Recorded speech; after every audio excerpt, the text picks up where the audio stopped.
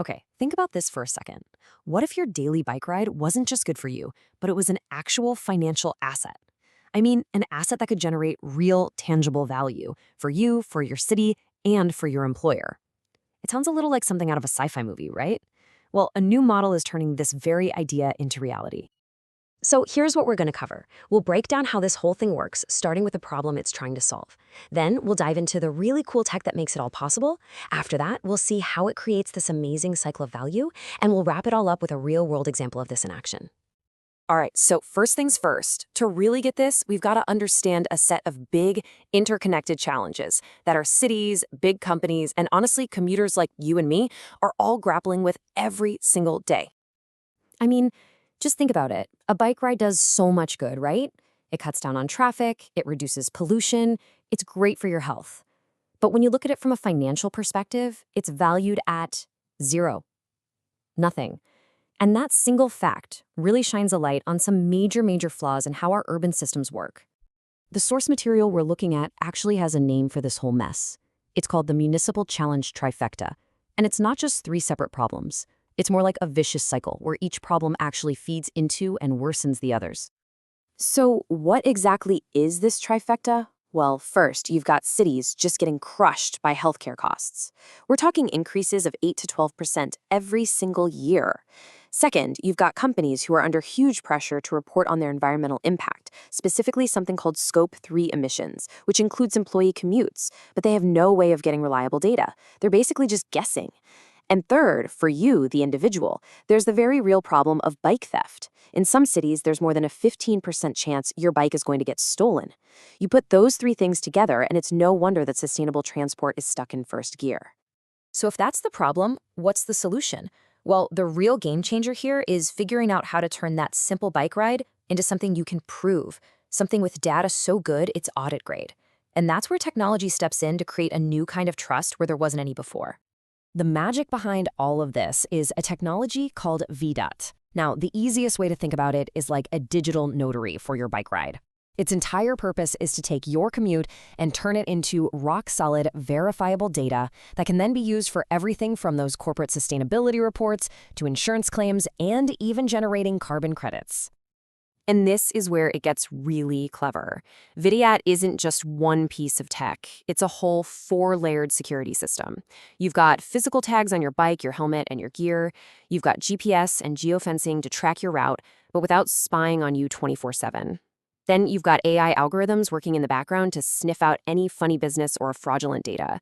And finally, everything is locked into a permanent, unchangeable blockchain ledger. It's like a fortress of data security that makes it pretty much impossible to cheat the system. So we have this trusted data. Now what do we do with it? This is where we get to what's called the urban value flywheel. This is the part where that simple, verified bike ride starts to kick off a self-reinforcing cycle of value, turning it into a powerful economic engine. And the numbers here are pretty staggering.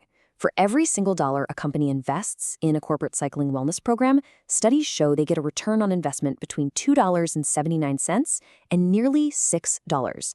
That is a massive return. Let's break down what that ROI actually looks like. For every employee that makes the switch to cycling, you're looking at 225 kilograms of CO2 that's not going into the atmosphere each year. For the company's bottom line, they can see healthcare costs drop by as much as 12%. And when we're talking about e-bikes specifically, the return is a whopping 4-to-1. These are real tangible benefits. All this incredible value being created is what makes a revolutionary new economic model possible. The source calls it a benefits paid model, and I love this analogy.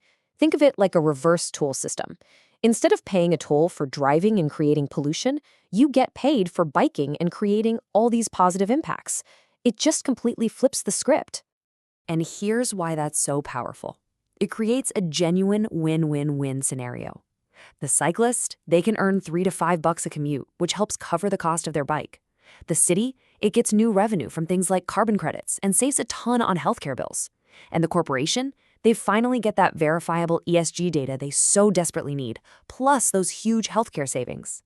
Everybody's interests are suddenly aligned and pointing in the same direction.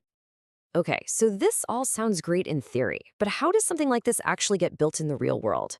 Well, to see it in action, let's take a look at the pilot project that's being planned for Palo Alto, California. So how do you pay for 10,000 high-tech bike lockers? You do it through a really clever mix of public and private funding. The city uses special tax-free bonds to cover half the cost, which makes it super affordable for them. The other half comes from investors who are specifically looking to fund green projects, along with other grants and committed revenue. It's a financial model designed from the ground up for sustainable infrastructure. And crucially, this kind of model has strong backing from the community. When you survey them, over 3/4 of community organization representatives in the area supported using funds from new developments to pay for exactly these kinds of sustainable transportation projects. And that strong community support is just vital, because for a project like this to truly succeed, it has to be built for everyone. That's why equity is baked right into the plan from the very start. 40% of the secure lockers are specifically planned for historically underserved neighborhoods, and the system uses dynamic pricing to make sure that access is affordable for all residents. This whole approach just aligns perfectly with broader goals at the state level.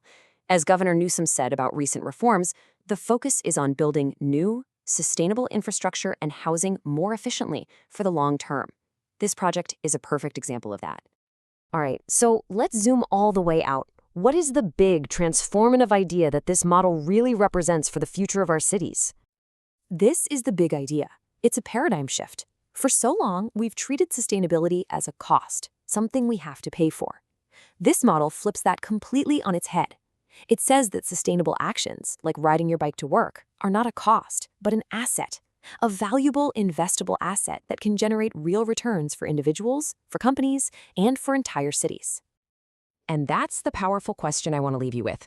Once you can prove a simple bike ride has real financial value, what's next? What other positive behaviors could we learn to verify, to monetize, and to build a more sustainable and equitable economy around? It's pretty amazing to think about the possibilities.